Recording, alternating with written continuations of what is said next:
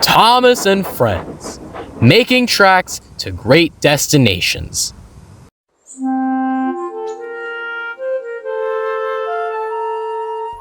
Dear Christopher, here is your friend, Thomas the Tank Engine. He wanted to come out of his station yard and see the world. These stories tell you how he did it. I hope you will like them because you helped me to make them. Your loving Daddy.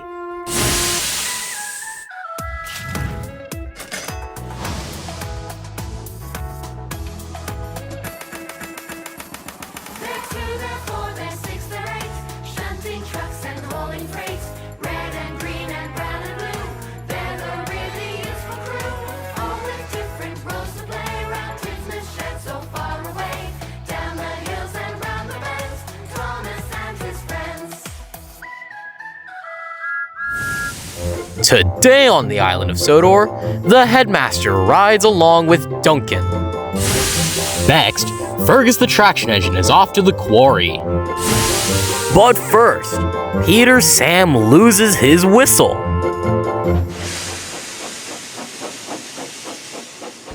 It was an early morning on the island of Sodor. Duncan was waiting for Peter Sam, who was bringing some freight cars for him to take to Strawberry Grove. Duncan was also to take the headmaster and the new organ.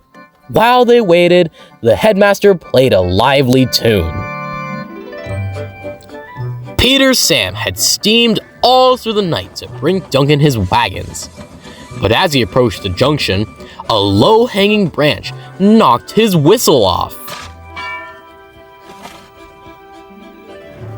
This meant he couldn't work until he got a new one. I can't run on the tracks without my whistle, chuffed Peter Sam. That would be dangerous. An engine's not an engine without a whistle, boasted Duncan. And just to prove it, he let off a big blast. But the rest of the engines just ignored him. Duncan chuffed away in a huff. He was cross. They are jealous of my fine whistle, Duncan puffed as he steamed through the countryside. He whistled at some sheep, but they were too busy eating grass to notice. Bah, said Duncan. I need to whistle louder and longer next time. Soon, Duncan approached the level crossing, where Elizabeth the quarry truck was waiting with a farmer's prize bull. This time, Duncan whistled as loud and as long as he could. Moo! Said the bull. Stop that nonsense, Duncan, Elizabeth cried. Duncan carried on cheerfully down the track. But he hadn't noticed his whistle had come loose. Then, Duncan saw Trevor plowing a field. He'll get the loudest and longest whistle yet, he chortled to himself, and he blew so hard his whistle shot off like a mighty rocket. And it landed out of sight. Everyone searched for Duncan's whistle, but it was nowhere to be seen. We're stuck, said his driver. We can't move without a whistle. It would be too dangerous. Leave it to me, the headmaster said. For the rest of the day, Duncan didn't make a sound. But the headmaster's organ did. As Duncan delivered his freight cars, the headmaster tooted the organ at every crossing and every stop.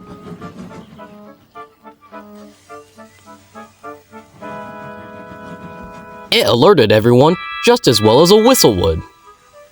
Although Duncan didn't think so.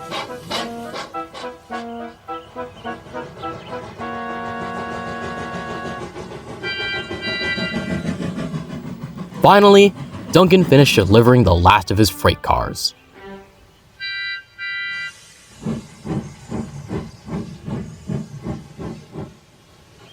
She'll be coming around the mountain as she goes. She'll be coming around the mountain as she goes.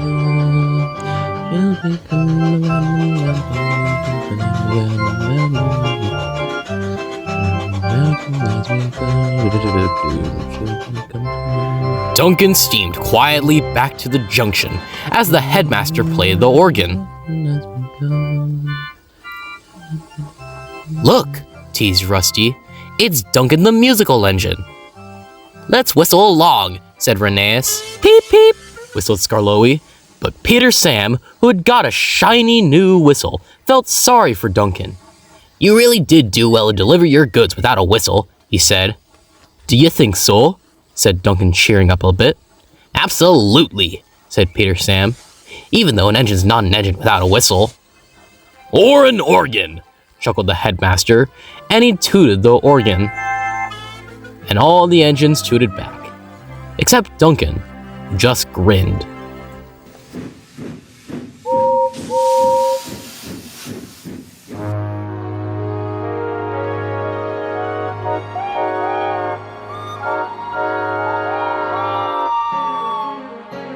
Do do do do do do do do do do. Engines all have whistles, as everybody knows. And as they leave the station, you'll hear the whistle blow. Speeding down the hillside, the whistles blow with pride. Driver checks the signal and whistles one more time. Engines blow your whistles, Toby ring your bell. Gordon and Henry, Thomas as well. You! Engines blow your whistles, now let's all have some fun. Engines blow your whistles, let's hear the whistle song.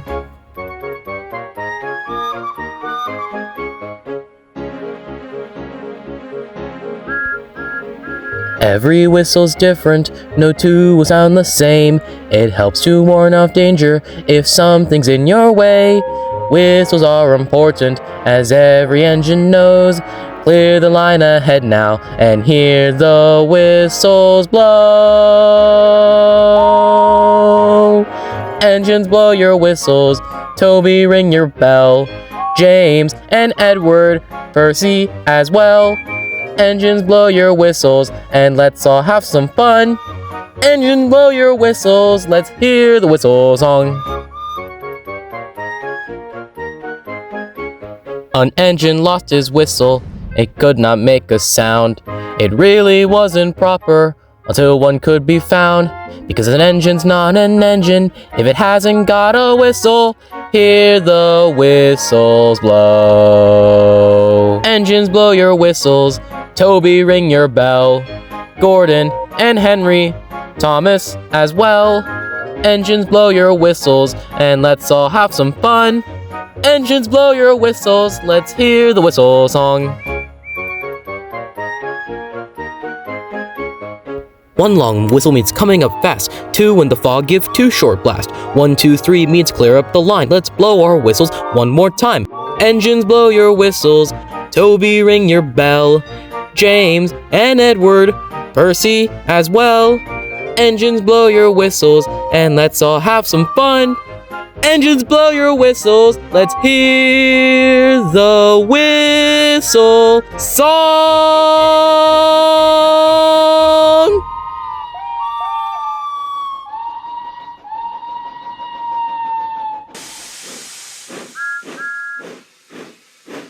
Fergus is a small railway traction engine who works on the island of Sodor.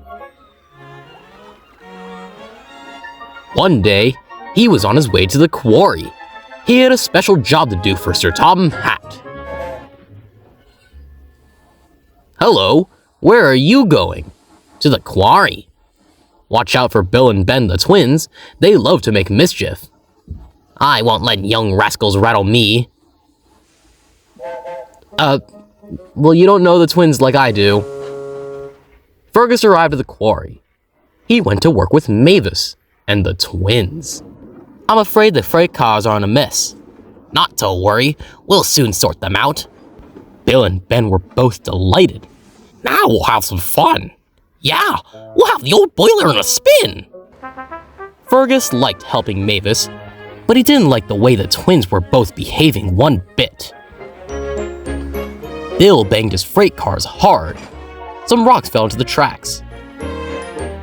"Do it right." Bill didn't like being ordered about by a traction engine. Don't interfere! Then Ben pushed his freight cars to block the line. Fergus was stuck. Out of my way! But Ben just grinned.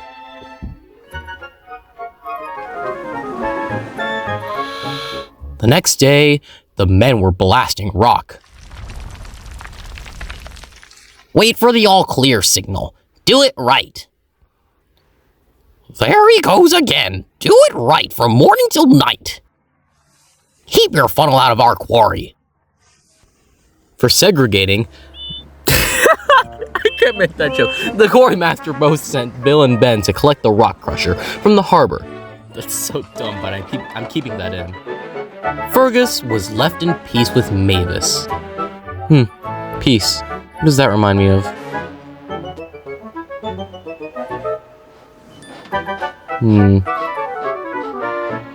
Anyways, the twins were both still thinking about Fergus. He's just an old fusspot. He's always telling us do it right. Well, the next thing he tells us to do, we'll do it wrong! Yeah! I kept the goblin laugh. Are you proud of me?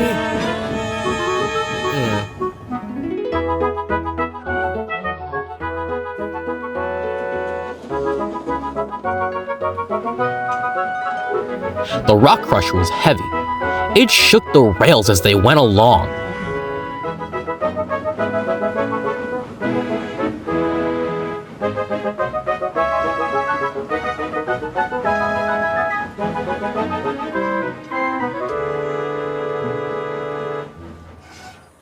The blasting has made the rock face unsafe. Don't go near it. Do it right.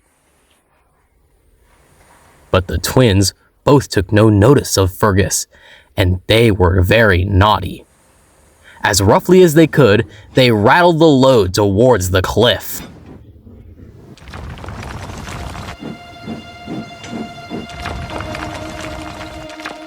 Look out! And he rushed forward. And bumped both Bill and Ben out of the way. His driver jumped to safety as the rocks began to fall, but Fergus was covered in rocks right up to his funnel. It took a long time to dig him out.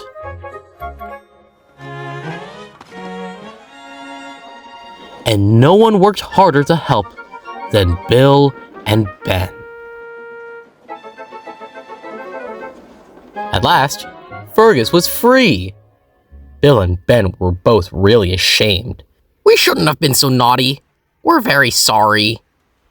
Good. From now on, we can all do it right together. Nobody cares.